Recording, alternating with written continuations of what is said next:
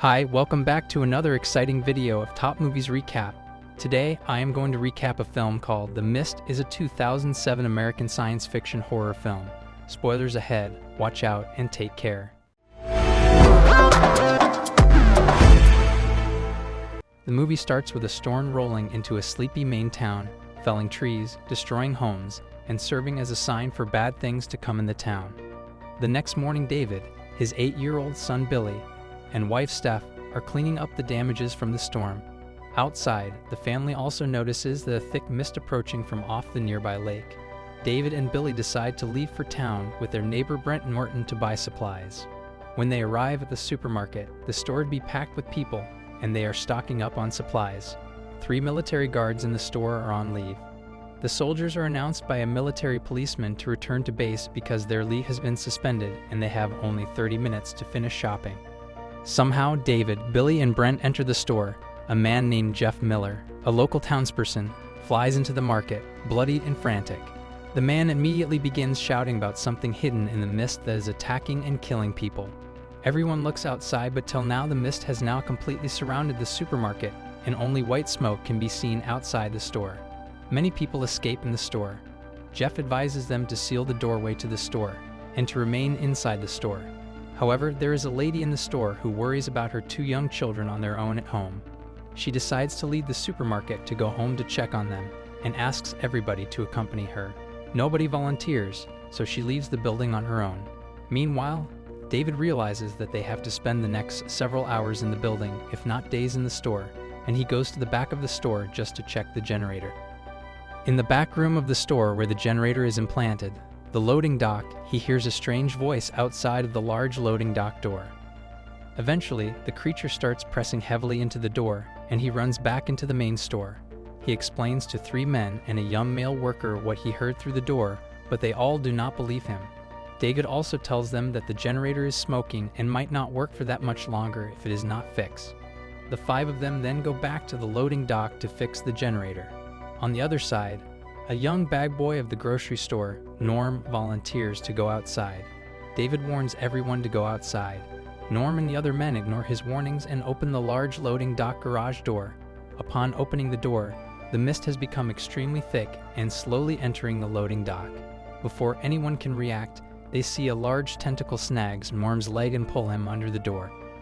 He grabs the door and David tries to pull him back into the loading dock, but there are several more tentacles that follow Norm back into the loading dock and rip flesh from his body. David quickly grabs an axe and manages to chop off one of the tentacles. Then they immediately close the loading dock doorway. The men go back into the grocery to tell Brent what they have experienced, and they ask him if he has any good idea to save their life. But in start, he does not believe them, and the men show Brent and several others the piece of tentacle that David had detached from the monster. Brent leads a group of people to leave the store to drive and find help, reassuring all of them that nothing is be worried if they leave the store into the mist. One man shares his plan that when Brent and his men leave, he will go to the parking lot and will try to retrieve a shotgun from another man's car, and he will bring the gun back into the store for their safety. David asks the man to tie a rope around his waist so that they will know that he made it at least as far as the rope goes. Brent and his group leave first. The man with the rope leaves right behind them on the other direction. They all waiting for the man to come back with the shotgun, but his rope begins pulling rapidly out of the store. David and several others try to hang on. Finally, the rope stops pulling, then David and the other pull on the rope. Eventually, the rope starts coming back, covered in fresh dripping blood, and everyone in the store begins to panic and they all cry and scream. They all assume that Brent and his group have also died. They all realize that the only way to survive is to barricade everything in front of the storefront. Under these circumstances, the people in the store have been split into 2 groups from the beginning. One group follows David and Ollie, and they believe that the group must barricade the doorway so they can survive until help comes. The second group, who listens to a deeply religious woman, Ms. Carmody, who believes that God has sent down his plagues and wraths upon their town and the world for their sins. Meanwhile, 2-feet-long insects begin attacking the windows of the store's front. The insects, though, are not the big problem, but it is the giant 6 feet-like predator birds that are now crashing into the windows, which is alarming. In fact, the bird crashes into an insect resting on a window. The windows crack further. At last, a bird shatters a window, which allowing several insects to fly through the window. The insects attack and kill only a young girl, who is a worker of the grocery store. The people kill the insects, but two large bird creatures also enter the store. The first bird attacks a man and kills him, but the other bird is shot by Ollie, who has a 6-shooter pistol. The fire used to kill the bird, though, also severely burns a man. He begs to be killed so end his suffering. David and other men go to a nearby pharmacy in the shopping plaza to get burn medicine, antibiotics and painkillers for the burn victim. Jessup sees the group leaving the store and volunteers also. On the mission, they encounter the military policeman. The military policeman has been strung up in a spider's web and has large pulsing sores covering his body. Coughing and stuttering, he says that everything is our fault and that the military is responsible.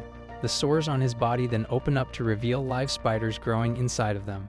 David and his group see the source of the smaller spiders, several large 3-feet-long spiders, and begin to retreat back to the grocery store. In the retreat, they lose 2 people to the spiders. The large spiders have claws and fangs, but also shoot acidic webbing. One man dies from the webbing burning through his jeans and flesh, eventually bleeding to death. The other victim is surrounded and attacked by spiders and killed. David and his group make it back to the store, ask the soldier what the military policeman meant by it being the military's fault. The soldier says his 2 other fellows who are in the store can explain it better, but the 2 other soldiers have already committed suicide by hanging themselves in the loading docks. Then the soldier says that all he knows was that scientists had found a way to open up doorways to other worlds and dimensions, and they called it Project Arrowhead. David makes a team because he intends to break out of the store and see if he can drive through the mist and find a place where the mist is not there. David, his son, Ollie, and 6 others agree that in a couple nights they will leave after storing food and supplies. MS Carmody catches them before they can leave and assembles everyone else in the store to stop them from leaving. David and Ollie are attacked by several men armed with knives. Ollie opens fire on MS Carmody with his pistol, completely horrifying them and causing them to back off. Meanwhile, David and the group get outside and run for David's SUV. Ollie reaches the SUV first, but is killed by the giant creature. David, his son Billy, 3 others eventually make it into the SUV. David, before driving away, a giant spider climbs on the car. David starts the car and drives by the front of the store, while the survivors that followed MS Carmody watch him drive by. They all drive through the mist for hours looking for help or a sign of clear, until the SUV runs out of gas. They first stop at David's house, where he finds his wife's dead body in a spider's web. On the way, they see a number of cars that have been overturned, a school bus full of webbed children, and tons of debris and roadside damage. While driving, a massive 6-legged monster covered in thousands of smaller creatures and tentacles that is the size of several large buildings and is so high that only its legs can be seen, as its head is well above the trees. With the SUV out of gas, they pull over. They have not been able to drive out of the mist. David says that there are only 4 bullets, not enough to kill all of them, and David will stay alive and let the creatures kill him, saying that he will figure something out. 4 gunshots are heard and 4 flashes of light are emitted from the car. David exits the car screaming for the monsters to come get him. He has shot and killed his 8-year-old son and the 3 other survivors and is now waiting for his own death. But suddenly, a large rumbling noise emerges in the distance. Something is approaching David. Screaming and begging to die, a monster does not reveal itself in the mist. Instead, it is a U.S. military tank. In fact, it is a full military battalion, now traveling on the road. Some of the survivors are from the grocery store, and one of them is the one woman who left by herself, who is completely unscathed and has her 2 children with her. Realizing that he just murdered his son and 3 innocent people only moments before they would have been rescued, and that they should have never left the market in the first place, David collapses and 2 soldiers approach him, unaware of what David has just done. We hope you enjoyed our today's video.